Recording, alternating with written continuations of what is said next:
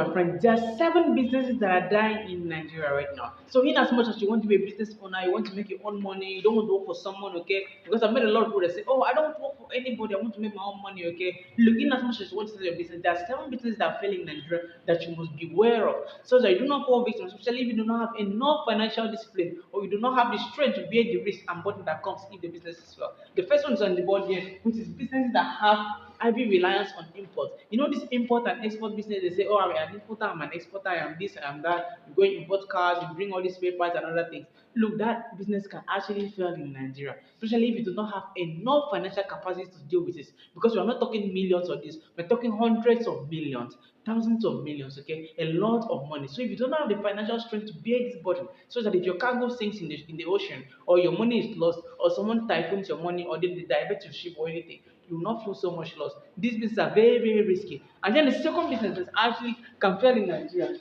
the business that is called oil dependent businesses.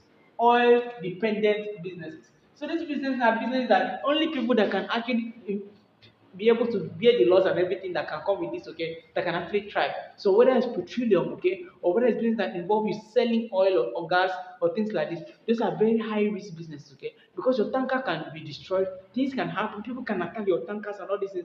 They are very, very risky business that a lot of people must be beware if you want to enter that business and thrive in that market. It's a very, very risky business. I'm telling you, very, very risky. So if you're not ready to go through the pain of loss, make sure that you find another business to do. The third business that actually fell in Nigeria are business that require high skilled labor. High skilled labor. Business that require high skilled labor. We are aware of the fact that not everybody is so skilled to be able to handle business like this. Okay, whether it's running a refinery or whether it's running a very, very huge company or a company that involves a lot of speaking English and other things. Okay, all this grammar and literary stuff, we know that it's not really traveling in Nigeria because there's a very huge difference between the educational gap and the professional gap in Nigeria. So you find a lot of unskilled people, a lot of underdeveloped people, especially in their particular industries. So make sure that if you're running this kind of company, you have enough resources to recruit the people that are right for the job. Because it's not about recruiting the wrong people, it's about recruiting the right people that can actually do the job and get you the benefit. Because everybody's starting a business to make profit and not to do a franchise. Then we have another business that's called businesses vulnerable to insecurities and kidnapping. There are some businesses that people do, and then you wonder yourself, why are they doing this business? There are some businesses that involve a very huge risk, okay? Where there are people that are out there trying to take you out, people that are out there trying to kill you or to kidnap you or to, a lot of these businesses, especially like business like cattle rearing, okay, where there's a lot of money involved, and in cattle rearing, sheep herding, and all these things, okay, it is very, very risky. And if you are doing that kind of business, you should be aware that there are people that are out there trying to take out your people and then seize the property that you have, whether it's cattle or sheep or livestock. No, no, this business is very, very risky, and you must be willing to know that this involves a lot of capital also.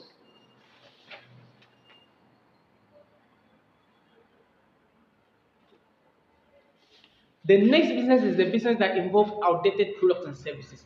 This business is something that you should not even consider at all because the products are outdated. Maybe it is selling manual cassettes or video players. Who is buying those kind of stuff these days? Okay, when everybody has music in their pocket, they watch movies on their phone, and you're selling video cassettes and all this kind of technology. Why not find a way to improve yourself so that you can sell things to the market that wants them?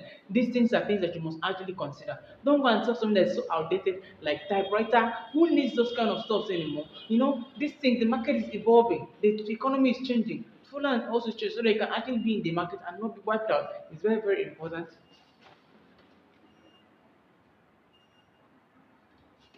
And finally, businesses with poor marketing strategies. So any business you're doing that you do not have enough financial knowledge to navigate the financial landscape, to be able to make good decisions, to make profit, okay, it's wise that you discontinue that business. It's not because the business is bad or anything, but if you do not have the right marketing strategies, if you do not have experts that can actually navigate your way through this business and everything, so that you can always have recurrent income, recurrent cash flow, my friend, it's wise that you discontinue that business. Okay. So like I shared in this thing, it's not that these businesses are bad to do. Of course, we need business to survive. We need business for our economy, but you need to have enough financial knowledge about whatever industry that you're going to, so you not come back crying and tell me, "Oh, this happened." Okay. Like always, my friends, I'm rooting for you. I know that you want you to know that risk is involved if you want to be successful. Be willing to take risks, and like I'm saying, calculated risk, not just anything. And like always, I'm going to see you in the next video. Peace, and I'll see you around.